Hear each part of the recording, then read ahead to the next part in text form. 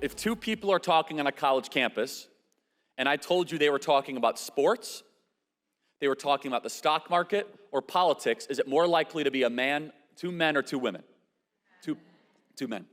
If I tell you that two people on a college campus are talking about their relationships, the conversations they had earlier in the day, and what fellow classmates were wearing, is it two men or two women? Micro versus macro. You must understand that a man might forget to shower for 3 days because he's too worried that we're gonna go to a nuclear war with Iran. Men are obsessed with the macro, and they often forget the micro. This is why corporations want to hire you so badly. Understand this, because you are incredibly good at micro tasks. That is why young women have been so well paid in the corporate environment, because when it comes to getting details done, women are much better than men. Know male nature, and you'll be in a much better chance to find your future husband. Okay, we'll start right there. Is that okay? Hi, what's your name? My name is Carissa. Charlie and Erika, thank you for saying yes and being obedient to what God has for you, and it's really shaped my life and everyone else here. I would love to know your thoughts on Sabbath and how practically your family practices this and applies it.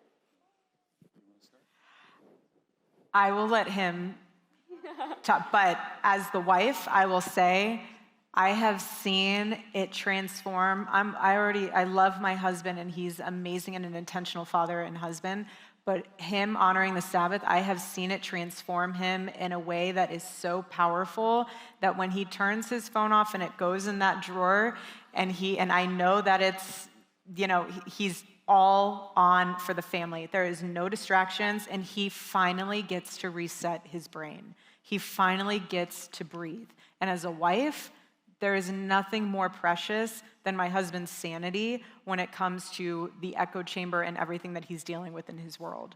So I have seen it change him and impact our family in one of the most beautiful ways. But I want him to Well, thank you. share. And we're very serious Sabbath keepers. This would be an exception because we're here with all of you, but we'll do it on Sunday. We actually take the traditional Jewish Sabbath. If you don't want to do that, I'm not here to debate you on it. It's fine. If you want to do it privately, I'll beat you, but that's a whole separate issue. But it's fine. It actually doesn't matter that much. What does matter is I think that to our own detriment and to our own failure, we as Christians have decided to cast away resting on one of the 7 days. God rested after creation. That comes before the Hebrews. It comes even before the creation of the modern world and civilization as we know it. And so we honor the Sabbath. We're very serious about it.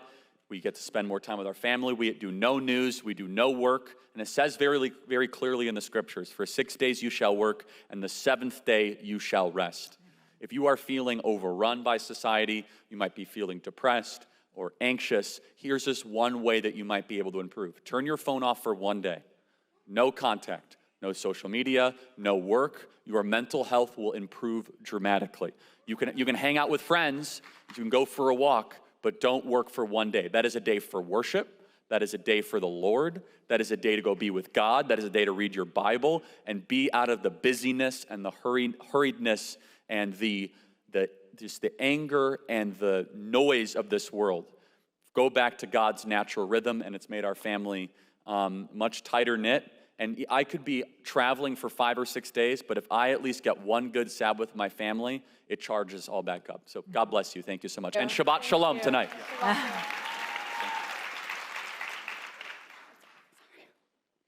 Hi, Charlie and Erika. My name's Savannah. This is Lila Esther, and we have another one on the way in January.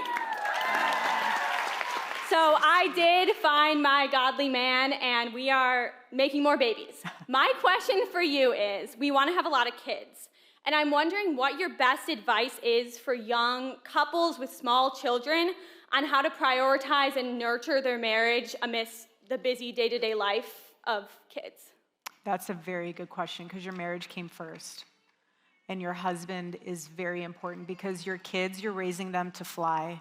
You're raising them to leave the nest. They'll always come back. And once they do, I think that's why people get empty nest syndrome, because they look at their husband in an empty living room and they're like, who are you? I have to relearn you. You want to grow with your husband. That is going to be very acrobatic at times. Even if that means locking yourself in a closet with your husband for just an hour to say, can I breathe with you? Can I just, 5 minutes? Can I just have a second to look at you? Something that Charlie does that's really sweet that I love is that sometimes, especially when he's traveling, we figure out the dynamic of at least having a date night, at least once a month, at least. But there'll be moments where he's literally about to rush out the door and I won't see him for several days. Kids are wreaking havoc in the kitchen, pulling things out all over, and he just grabs me and he's like, 1 minute. And we just literally stare at each other for a minute and say, like, I love you, whatever you need to say, but we have that 1 minute together to reset our hearts.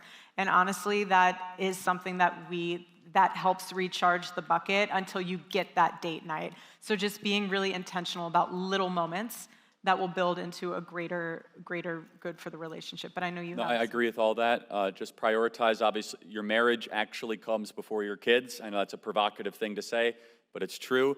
Your relationship with your kids is important. Yes. But it's not covenantal. Right. Your marriage is a covenant. Your relationship with your kids is an outgrowth of a covenant. They're under your stewardship, but covenantal relationships are ones that we saw with Abraham and David and Israel and, of course, Jesus. That idea of marriage being a covenant is a big, big deal. In fact, only marriage in the Bible is compared to Christ's relationship with the church. Mm-hmm. So always prioritize your marriage. Thank you. Hi, my name is Lindsay Cameron. I'm 18 years old, and I was homeschooled, and I just graduated high school. And with graduating high school comes the question of, so what are you going to do? Yeah. And to be honest, in my career, like, I want to be a mom, and I want to have kids, and I want to homeschool them, and I want to stay at home with them, and that's just not a really acceptable answer, and I'm struggling to really know what I want to do in the meantime while I'm waiting to get married and have kids, because I'm not dating, and I don't see anybody that I really want to date, and so I have a lot of friends who are in the same position too, of being in this weird waiting period where I don't want to go to college and I don't want to commit to a career that I know that I'm going to abandon once I have kids. Mm-hmm. So I was just wondering if y'all had any advice for that, and if you had any advice with dealing with criticism, because I'm having some from my extended family. I know we talk about don't follow your heart and all that. Don't follow your heart. It's a bad idea. Do not do that. No, you laugh, but the Bible is very clear. The heart is wicked. Yeah. Do not follow your heart. But your talents, right? Yes, that's correct. Yeah, I mean, so look, what are you good at? What are you talented at? I love people. I love talking to people all the time. And honestly, Turning Point USA, like Alex Clark has really shaped my life. I got really into Culture Apothecary. It has kind of changed my life. And I mean, I would love to get involved in health and wellness, but I feel like there's not a really clear path for a career in that. I feel like most people just kind of happen to fall into it because of life circumstances. And I don't really know where to start for that. Yeah, you'd be surprised. I mean, like, so I could give you a million ideas, but the first thing is you're already thinking about this correctly, which is your aim. You got your aim right, which is important. And by the way, if your aim is career, I'm not saying that's bad. At least you are clear. Don't confuse yourself of your aim. We are aiming creatures. We need something to point at. I mean, look, there's a million things you could do. You could work at a mobile IV clinic, right, as an administrator. Like, there's a lot of stuff you could do in that kind of Maha space. I would imagine. Are you from Texas, I'm guessing? Yeah. Yeah, I'm from here. Okay, yeah, great. And Dallas actually has a huge infrastructure of, like, new Maha small businesses. You could work at those kind of around that kind of genre and that outreach. I will say, though, that if you find your future husband and he is godly, and it passes premarital counseling, which Erika's exactly right. Do not appease extended family. You only really have one thing to worry about, which is the fear of the Lord, right? Now, can we riff on premarital counseling for a second? It's very, very important, and it shouldn't get a bad taboo. If you are, anybody currently engaged right now? I'm sure there's some. Okay, awesome. Praise the Lord. It's amazing. Aren't you from Canada or something? Yeah, I remember you. You found a husband? We'll talk in a second. I remember you. That's great. I hope you did not find your partner here at YWS. I hope you, I'm kidding. So, no, I'm kidding. So, at SAS, right? So, premarital counseling. Who's going to control the finances? Who's gonna wake up in the middle of the night if the kid has an issue? Are you gonna have kids? How many kids? Are you gonna raise the kids Protestant or Catholic? Are you gonna read the Bible? Here's a good question in premarital counseling that most won't ask, and this will save you a lot of problems. Are you a open or closed house? Who here grew up in an open house where all the kids would come by in the neighborhood? You know what I'm talking about, right? How many of you was raised in a closed house where your parents, yeah, okay, that's important though. Has anyone ever told you when you look in a spouse to ask that question, were you raised in an open or closed house? It's incredibly important. Because all of a sudden, if you marry an open house person, this was not an issue for us, thankfully, at all. But I've seen it destroy marriages, and they've recovered, some not. An open house person marries a closed house person, they get married, they're inviting all their friends over all the time. Barbecue, open up, and the closed house person is like, this is crazy. I wasn't raised like this. And none of that gets filtered in the engagement. That's one of like 100 questions. That would be a good book we could write. 100 questions you should ask before you get married, right? Yeah. That would be a good book. That'd be fun. Go ahead. No. I was just saying the home is sacred. I could go on, but that's like, you just have to, what premarital counseling should do, which it does a bad job of in most churches, is you must really know the nature of your spouse. Introvert, extrovert. What is their love language, right? Do they need time alone? Do they get filled up when you spend time with them? Or when they come home and they're beat down, do they need time alone? Here's a good one that almost no pastor will ever tell you. What is a vice that your spouse struggles with? And what is an acceptable vice and an unacceptable vice? So for example, an acceptable vice might be that you'll allow alcohol. We don't drink, right? So that for us, I'm not saying you have to do that, but for us, that's what works. So it's not even a question. Some men like cigars. I think they smell like, dead raccoons, but that's fine.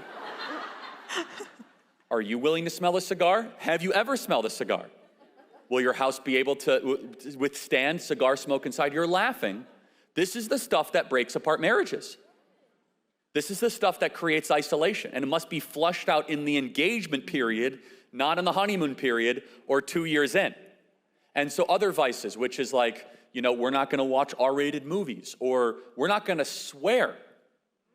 You'd be amazed at how many marriages all of a sudden, the husband's just dropping F-bombs. She's like, whoa, like we don't do that around here. You see, who's gonna cook, right? What does it mean to take time off? Here's another one. What type of vacations are you guys gonna take?